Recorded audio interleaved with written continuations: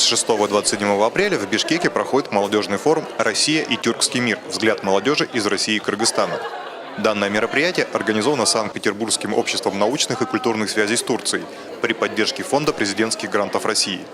Впервые Кыргызстан посещает представительная делегация российских экспертов, студентов и аспирантов из 12 вузов и академических институтов, которые вместе со своими кыргызскими коллегами примут участие в дискуссиях, посвященных определению места и роли России в тюркском мире и взаимодействию культур тюркских регионов России и тюркоязычных государств.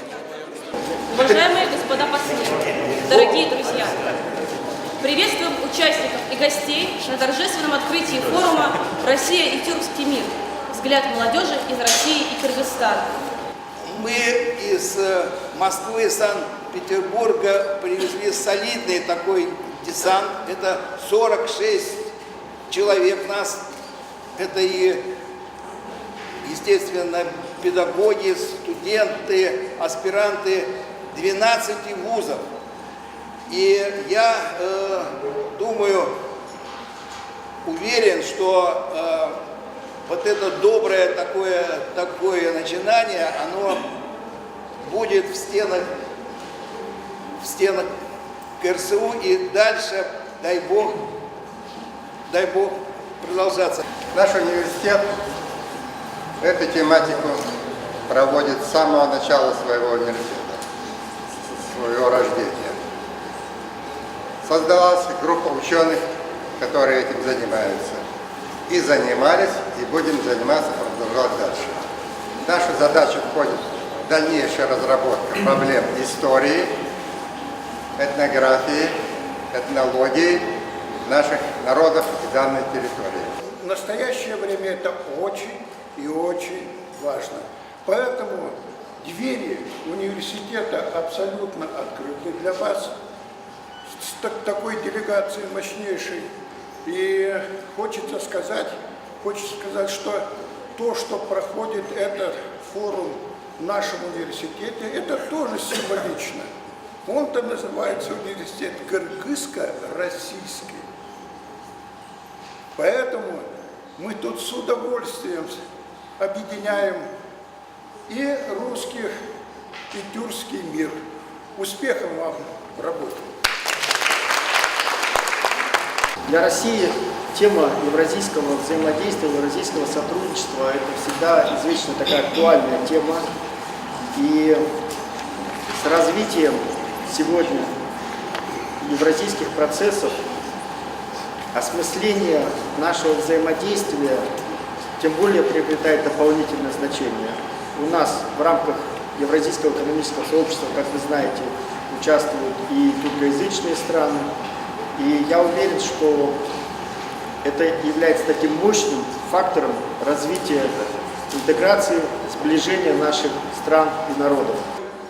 Наша задача в эти дни вот в рамках вот этого форума искать и увидеть те ценности, которые были всегда и остаются в общем для нас, для славян и тюркоязычных стран, да, вот, представителей. И поддерживать, усилить эти направления. Потом найти те позиции, где мы особо не совсем сходимся, да, имеем какие-то различия, и найти пути, как их сблизить. Также состоялось торжественное открытие выставки «Российские тюркологи и традиции российской тюркологии», которая включает в себя портретную фотогалерею и книжную экспозицию научных работ. Все это было передано в дар Кыргызскому российскому славянскому университету.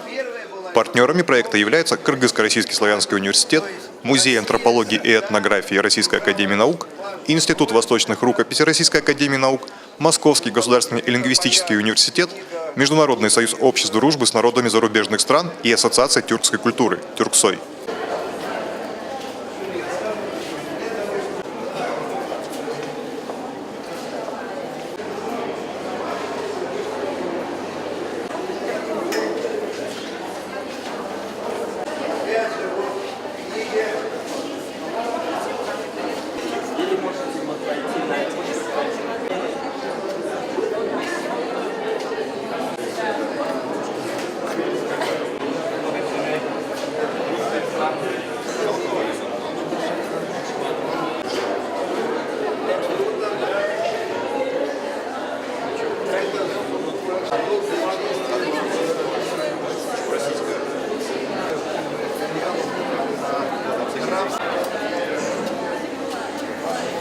Наиболее активные участники форума будут награждены специальными призами, а материалы выступлений найдут отображение в сборнике форума.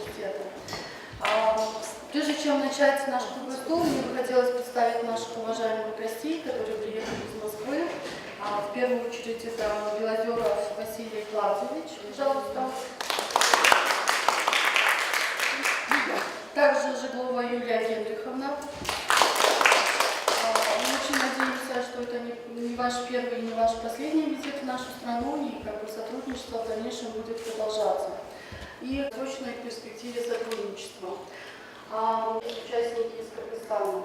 Я думаю, где-то ближе к тому, что происходит в современном мире. Я могу один момент сказать. Вопросом она говорит, признайтесь, я просто вам хочу, как информацию к размышлению, только один сюжет сказать. Но признайте, что государственная политика России всегда была антиисламской.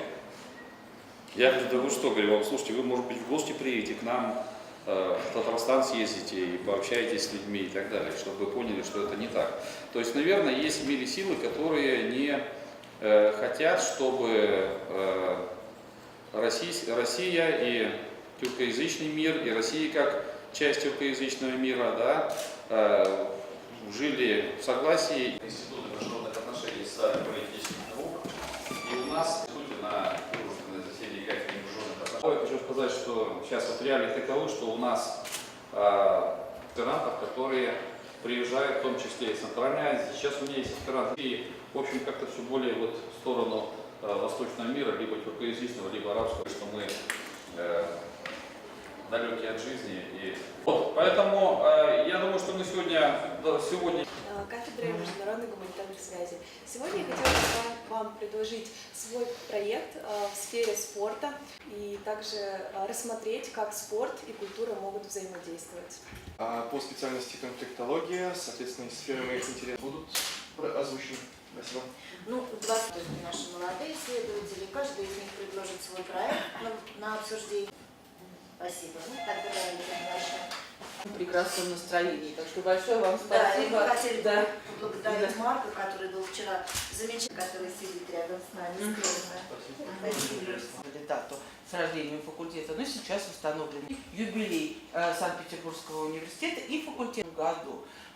Поскольку большинство студентов, специалистов, преподавателей, и вот в этот юбилейный год, с 19 века оно было передано университету, и сегодня там...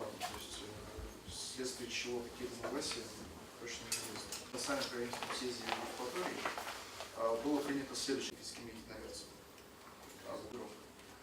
Цитирую. Теперь дальше. Вот как здесь указано, что